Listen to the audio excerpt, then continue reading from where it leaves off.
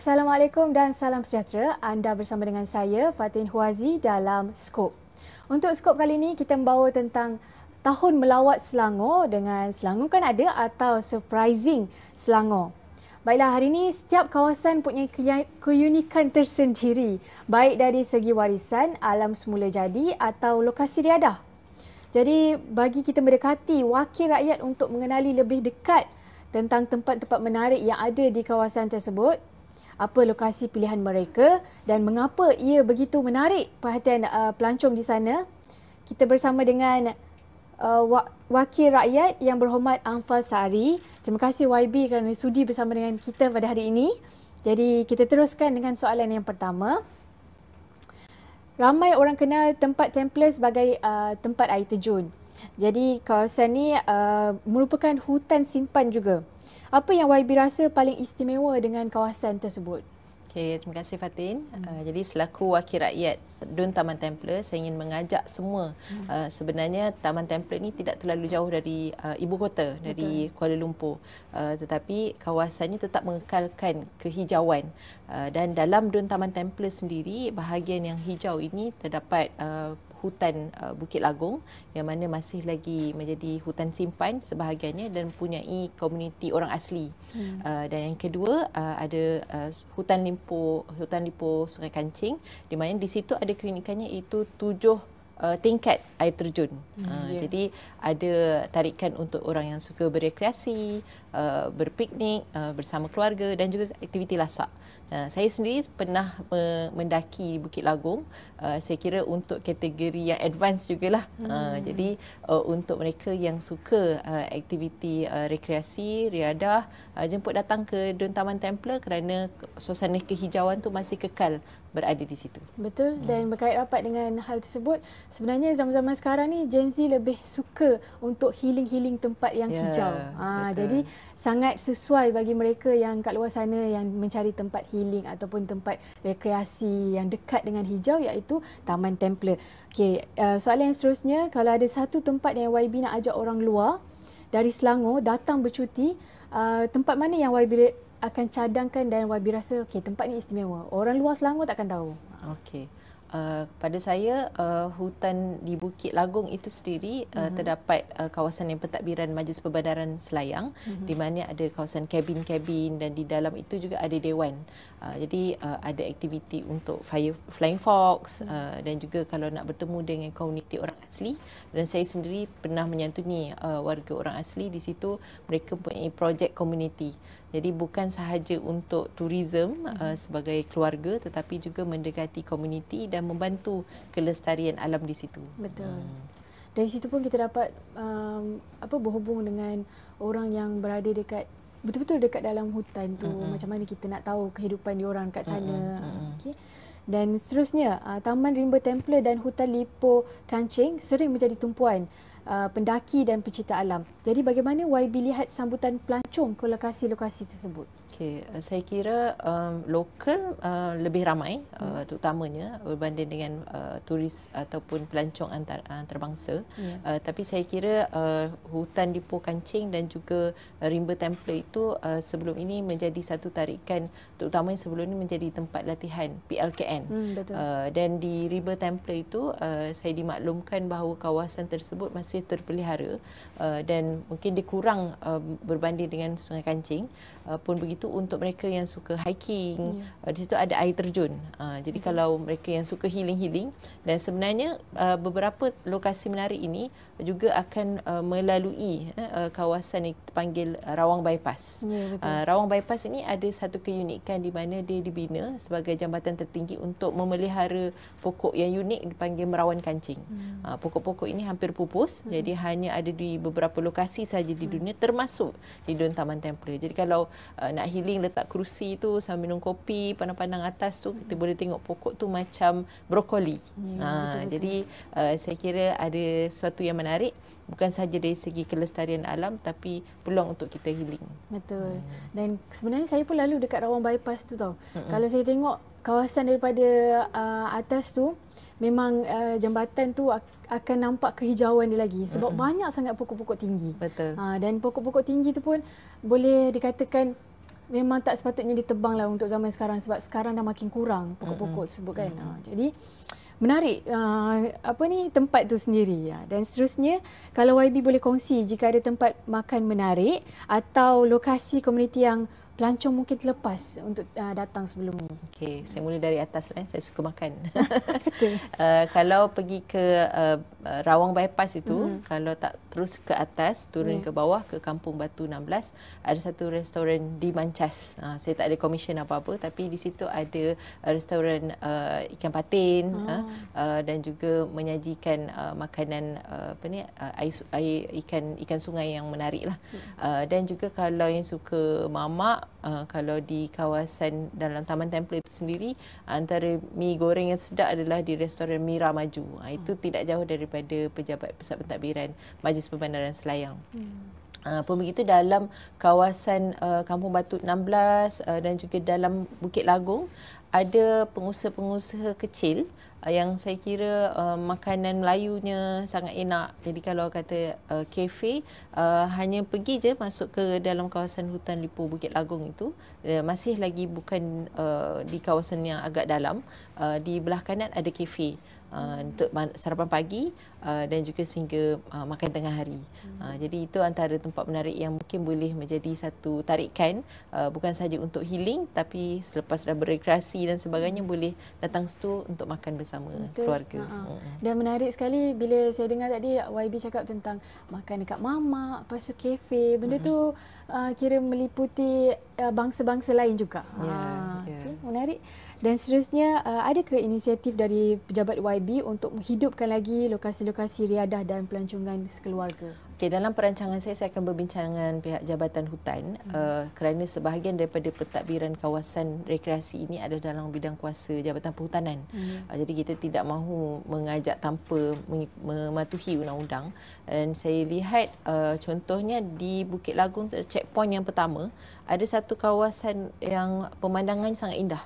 Dapat meliputi seluruh kawasan ke arah Kepung, dan di situ sebenarnya ada sukarelawan yang membina pelantar ataupun tempat duduk daripada buloh dan sebagainya.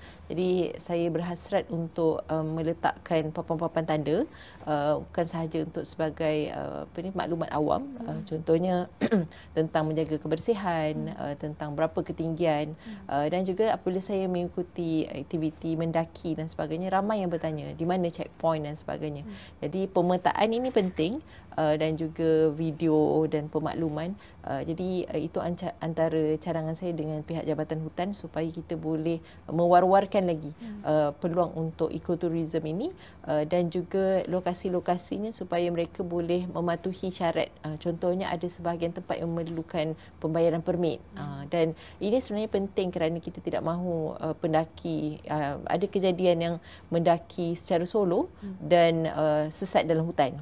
Jadi untuk memastikan keselamatan, mereka perlu sekurang-kurangnya berdaftar, mendapatkan permit dalam pengetahuan pihak berwajib, supaya sebarang kejadian yang tidak diingini kita boleh kawal dan elakkan daripada kejadian tidak diingini berlaku. Betul. Daripada kita menjaga juga, kita menjaga orang yang tak datang ke dalam hutan, kita menjaga juga kawasan-kawasan hijau tersebut. Supaya nanti orang nak buat apa-apa, kita tahu okey, ni ada waran tangkap yang boleh jadi kan. Okey, seterusnya ada kawasan warisan dan sejarah di Batu Caves dan Gombak.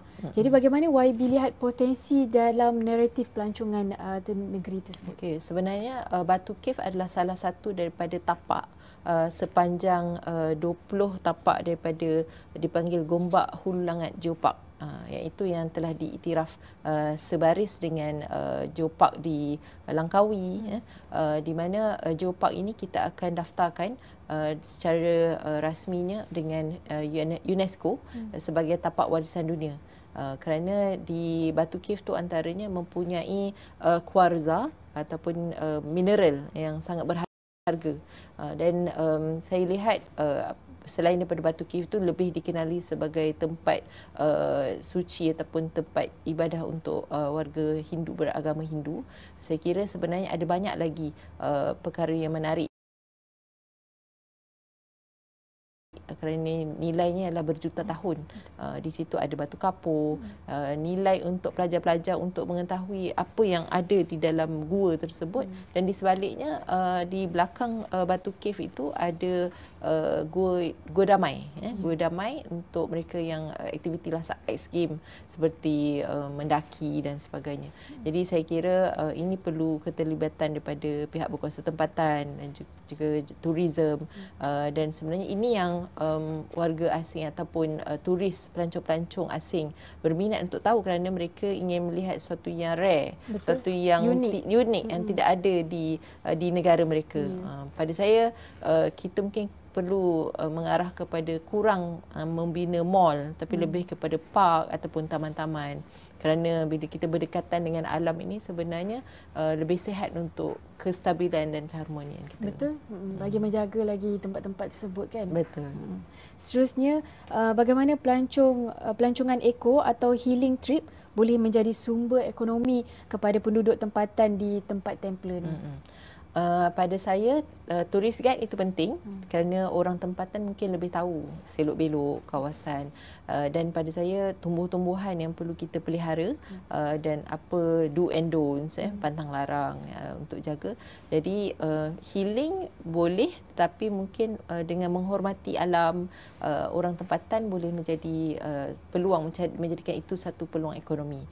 Selain daripada itu, makanan tempatan, boleh jadi ada yang nak merasa bagaimana makan dari dalam buluh. Contohnya kita ada warga orang asli, komuniti orang asli yang mengetahui bagaimana masak dengan secara alami, secara tradisional, dan juga haiwan-haiwan yang mungkin boleh sama ada buruan dan sebagainya. Itu antara saya kira peluang ekonomi kepada anak tempatan, untuk memperkenalkan aktiviti healing tu kepada warga, sama ada warga tempatan ataupun pelancong asing.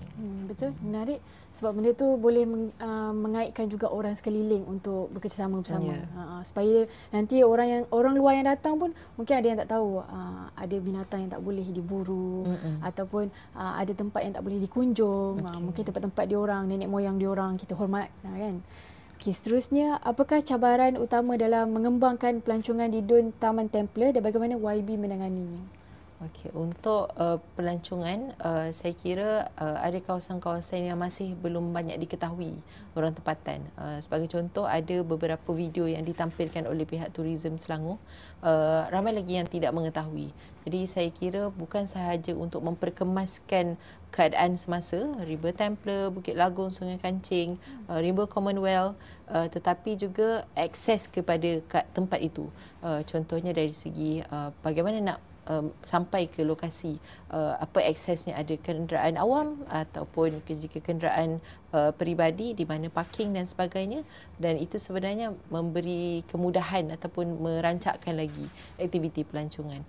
Dan saya kira pelancongan eco ini bukan sahaja mensasarkan mereka yang suka kepada rekreasi, tapi kita memberikan satu package.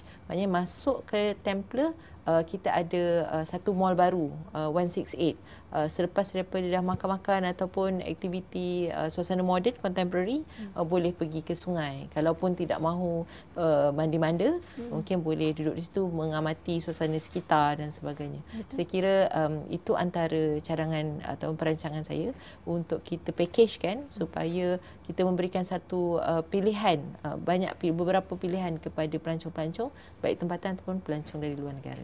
Menarik. Seterusnya, YB, akhir sekali lah, kita jemputan khas daripada YB kepada rakyat Selangor dan Malaysia, dan kenapa mereka perlu datang ke Taman Templer ni? Okey, saya kira satu tarikan utama yang tak ada di lokasi lain dalam Malaysia adalah rawang bypass. Betul. Jadi untuk melalui jambatan tertinggi tetapi masih mengekalkan pokok-pokok hijau dan melihat pokok yang hampir pupus itu merawan kancing, datanglah ke Dun Taman Templer dan semuanya ada di sini. Menarik. Sebab tempat tu masih lagi terjaga kehijauannya, dan ramai sebenarnya orang tak tahu lagi tempat tu. Jadi boleh pergi sendiri ke Taman Templer. Jadi kalau anda mencari destinasi dan alam semula jadi yang dekat, tenang dan penuh dengan tarikan menarik, Taman Templer pasti tempatnya. Jom datang dan alami sendiri keindahannya. Baik, terima kasih YB untuk hari ini dan juga penonton yang setia bersama kita sehingga ke akhir rancangan. Sehingga kita berjumpa lagi. Assalamualaikum dan bye.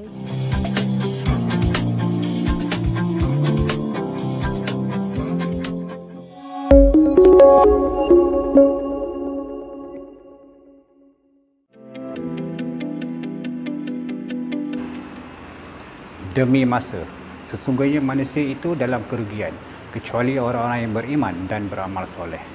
Ayat ini menjadi renungan ramai. Namun, bagi Haji Zainal Muhammad Ali, ia lebih daripada itu.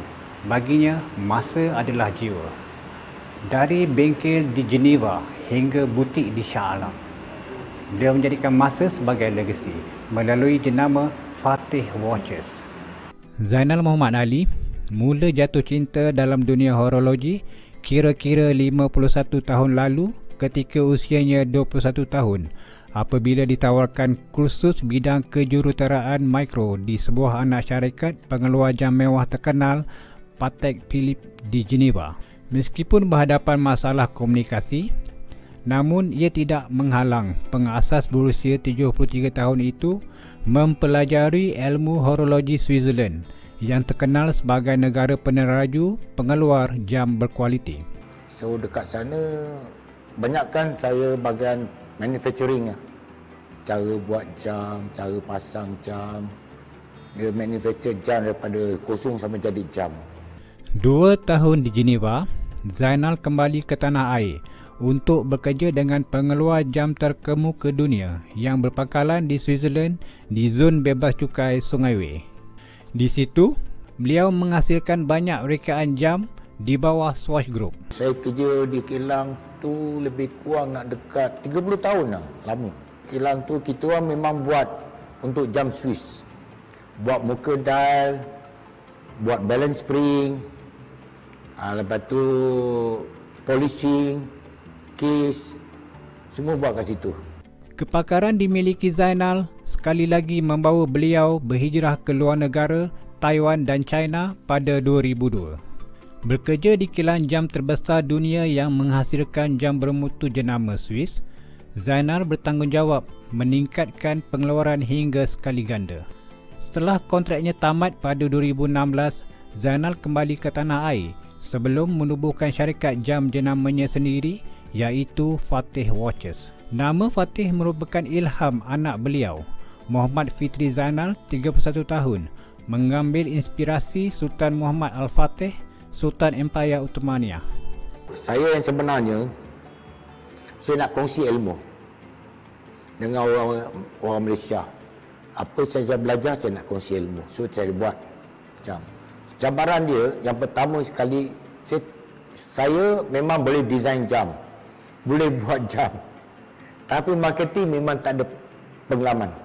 Macam mana nak jual. So, first, saya pergi Pasar Tani, section 13. Saya jual kat situ. Tapi ada orang kata, mana boleh jual sini. Aku punya jam, itu jam, saya jual murah sekali, 300. Saya cakap, ni rezeki Allah yang beri. Kat Pasar Tani pun ada orang jual kereta tak? Orang boleh jual kereta, takkan kita boleh jual jam. Tapi jam saya unik, saya sendiri-sendiri. Alhamdulillah lah. Sebenarnya, saya bukan jual. Saya nak jual saya punya brand. Biar orang tahu jam Fatih ni. Antara keunikan pada jam Fatih Watches, terdapat edisi yang menampilkan warisan tempatan seperti batik, songket, wang bulan dan bunga raya. Bermula dengan edisi Discovery 1 yang dijual RM300 pada 2016, Fatih Watches telah menghasilkan 12 model termasuk yang terkini, Batik Series berharga RM4,500 seutas. Jam itu juga mendapat sambutan pelanggan luar negara, antaranya Amerika Syarikat, New Zealand, Australia dan Singapura. Jam ni depend on you lah. Kalau you beli jam automatic lah. Automatic ni dalam dia lebih kurang ada 50 komponen. Dia macam kereta manual, kereta auto lah. Kereta auto dia lain. Dia pakai tekan dia. Kalau manual, dia ada masuk gear 1, gear 2, gear 3. So jam ni dia macam jam winding ni. dia ada mechanical, dia ada gear banyak. So bila you wind cecah air atau ada yang power reserve 50 jam, you wind dia akan jalan. So bila you jaga, dia boleh simpan jam tu untuk generasi akan datang. Fateh Watches kini berdiri sebagai simbol keaslian, budaya dan aspirasi anak tempatan.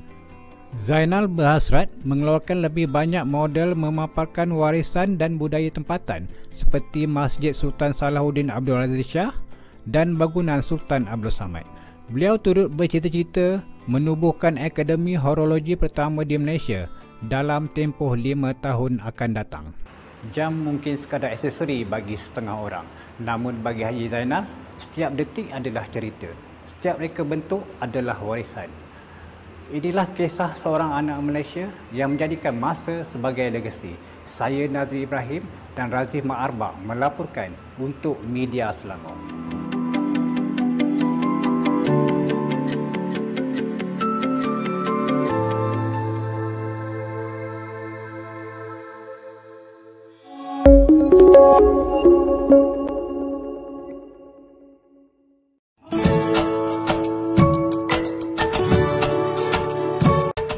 Malaysia menjana sebanyak 38,000 tan sisa sehari bersama dengan 1.17 kg sehari bagi setiap individu.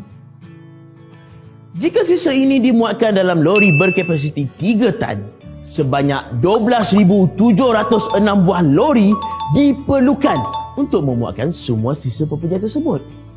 Sekiranya semua lori ini disusun, ia mampu mencapai jarak sejauh 50.8 km bersamaan dengan jarak dari Plaza Tol Sungai Besi Selangor hingga ke Plaza Tol Senawang Negeri Sembilan. Sisa pekerjaan yang tidak diurus dengan baik akan menyebabkan peningkatan vektor pembawa penyakit seperti lipas, lalat dan tikus. Keperluan tanah yang luas bagi penyediaan tapak pelepusan.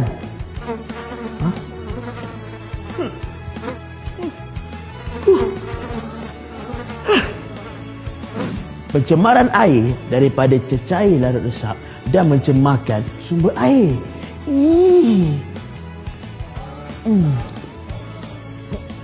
Pencemaran udara hasil pelepasan gas metana dan karbon dioksida.